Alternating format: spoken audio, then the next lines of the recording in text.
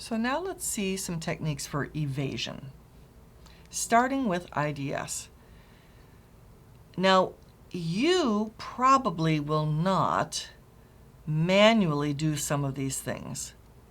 However, your tools should be able to. We could try to insert malicious code inside something else.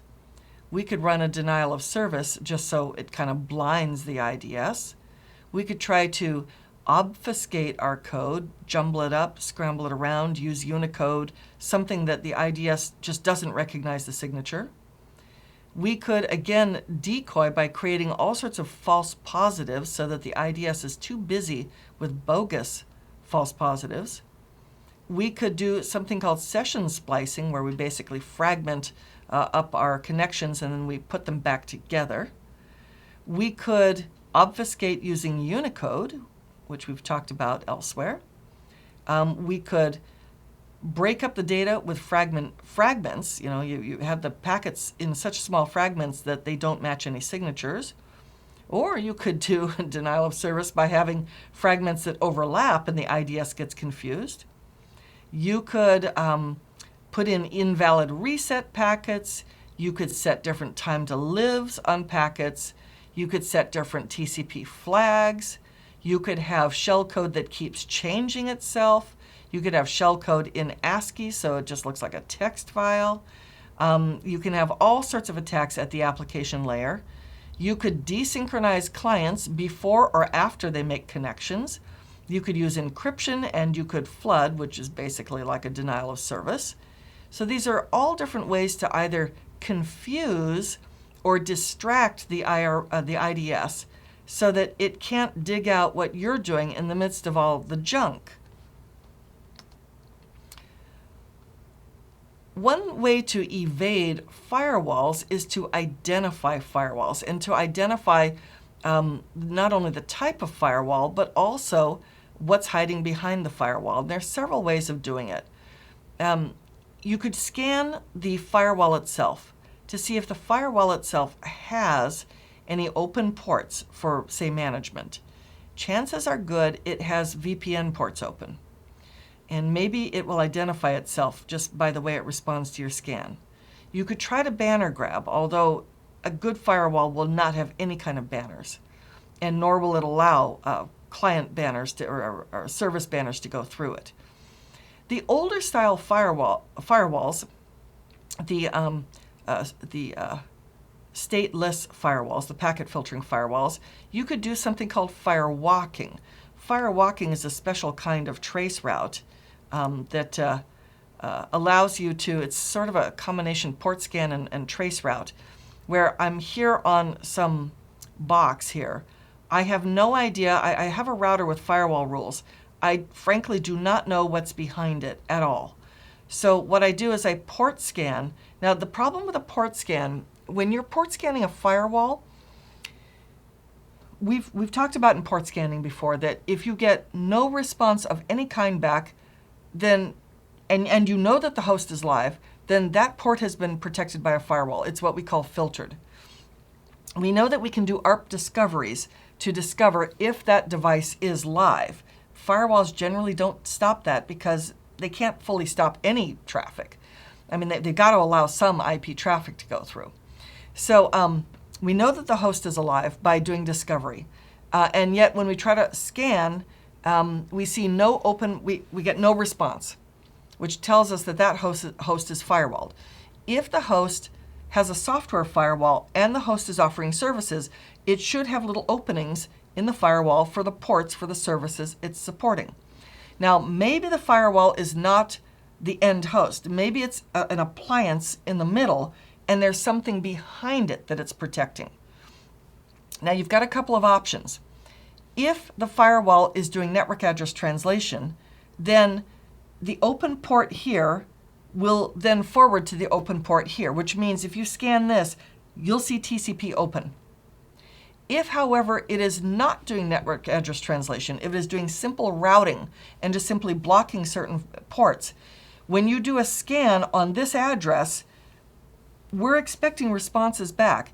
If there's an opening to something behind it on port 80, this thing's not going to respond on 80.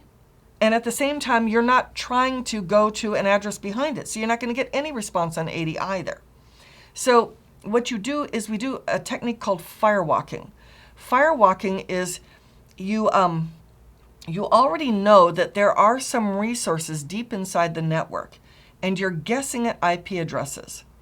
And what you do is you put in the destination is what you think is an IP address deep inside, and you scan for specific ports.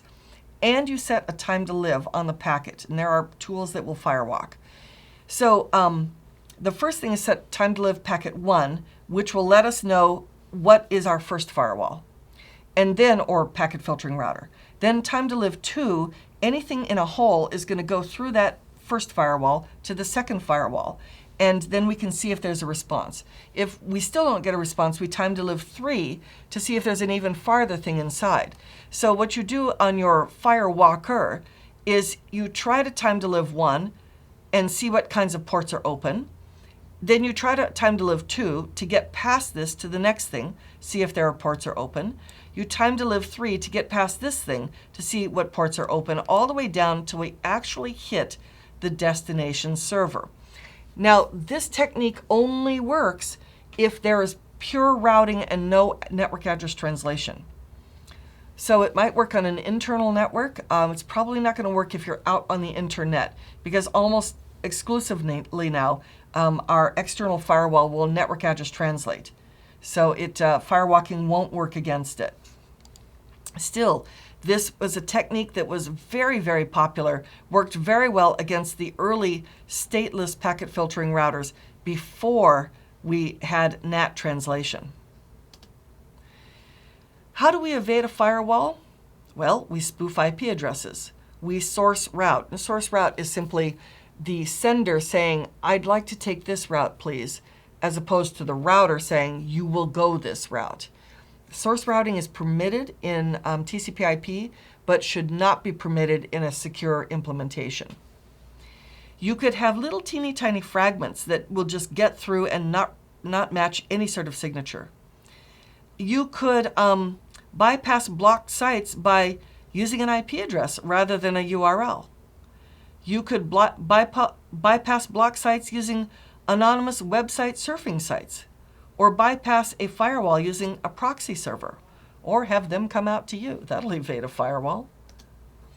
We could bypass firewalls by hiding data inside using ICMP tunneling. Usually we have to have the victim come back out to us, but they hide data inside of the ICMP packet itself, or inside of a TCP ACK packet, or inside of a bogus HTTP packet.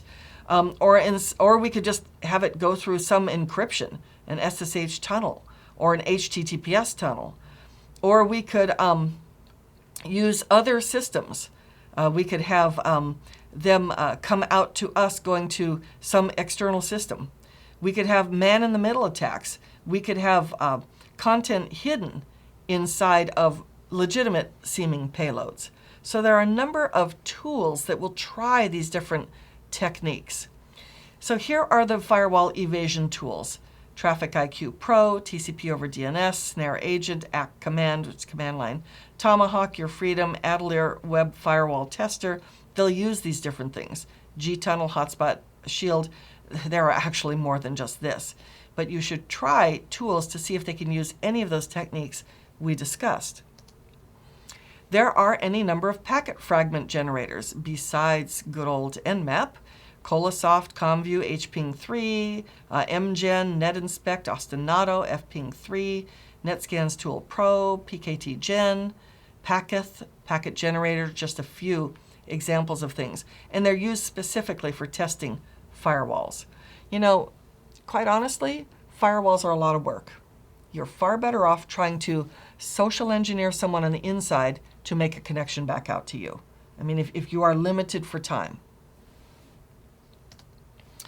Here's an example of a packet fragment generator. Let's just zoom in, take a look here. So we can say, all right, what link layer protocol, what MAC header do we want, destination and source, what type of IP do we want here, and even do we want some .1Q, which is for VLANs, which is totally not part of this discussion. IPv4 information, and can it do IPv6 or ARP or something we user define? So we can set all these different things. We can set different flags, fragment offsets, time to lives. We can set the payload protocol, source and destination IP, plus any IP options. Is it UDP? Is it TCP? Is it ICMP? Is it IGMP? Or something we user define? So this is just one example of a packet fragment generator. Here is a tool to detect if there are honeypots. Now, first of all, you want to have some fun? Just go to shodan.io and put in IP addresses. It'll tell you, using all those things we were looking at earlier, it'll tell you, is this internet-facing thing a honeypot or not? So that's one way. Let Shodan tell us if it is an actual honeypot. There's also SafeSend Honeypot Hunter, Nessus, HPing, Dianea, KF Sensor. Honeynet.org has tools, and there's Honeypot Buster, which is right here. I love this. Detect honeypots and lures. Empower your red team. Download it from GitHub. Yeah. So GitHub, a bunch of gray hats. So here it is, and we can see if there are, what is the ranking? Yeah, we think these are 100% fake. And so it'll give the ranking of different things that are discovered and give you information about them. And say, yeah, probably you want to not waste your time on those. So that's some of the evasion and tools we can use.